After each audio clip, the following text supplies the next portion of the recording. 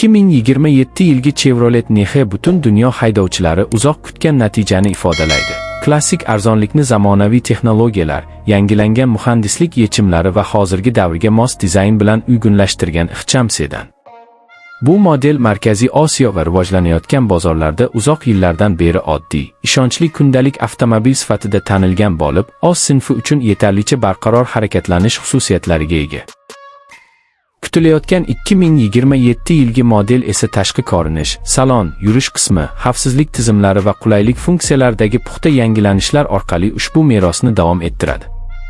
Mashina yaqinlashib kelgan zahoti 2027 Nexe zamonaviy va maqsadga yo'naltirilgan ko'rinishi bilan e'tiborni tortadi. Tashqi silueti muxlislar yoqtirgan sedan shakliga sodiq qolgan, ammo endi yanada silliq chiziqlar, yangi LED kunduzgi yoritgichlar, Chevy emblemasi tushirilgan kengroq old panjara va o'tkirroq bamperlar bilan boyitilgan.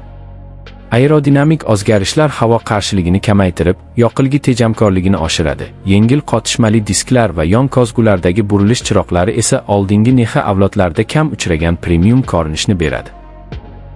Kapoti ostida 2027 Nexe shahar va trassa uchun moslab sozlangan, taxminan 1.5 litrli yoqilg'i tejamkor benzin dvigatelini saqlab qolishi kutilmoqda. Oldingi Nexe versiyalarida 1.5 litrli dvigatel 106 ot kuchi atrofida quvvat berib, avtomat yoki mexanik uzatmalar qutisi bilan taklif etilgan va kundalik foydalanish uchun muvozanatli yoqilg'i sarfi hamda yetarli dinamikani ta'minlagan.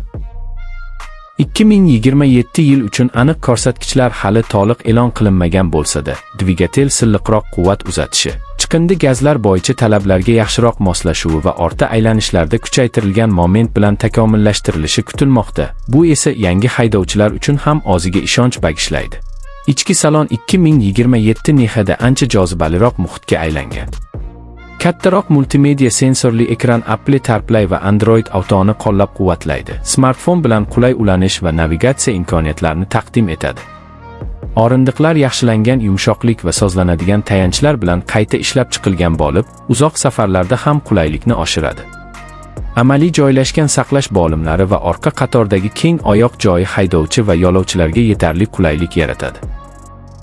Yengil fon yoritgichi va sifatli materiallar ushbu segment uchun noodatiy darajadagi zamonaviylikni beradi.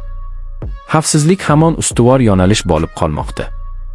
Standart to'plamga bir nechta havo yostiqchalari, ABS, bloklanishga qarshi tormoz tizimi, tortish nazorati va to'qnashuv paytidagi himoyani yaxshilovchi mustahkam kuzov tuzilmasi kiradi.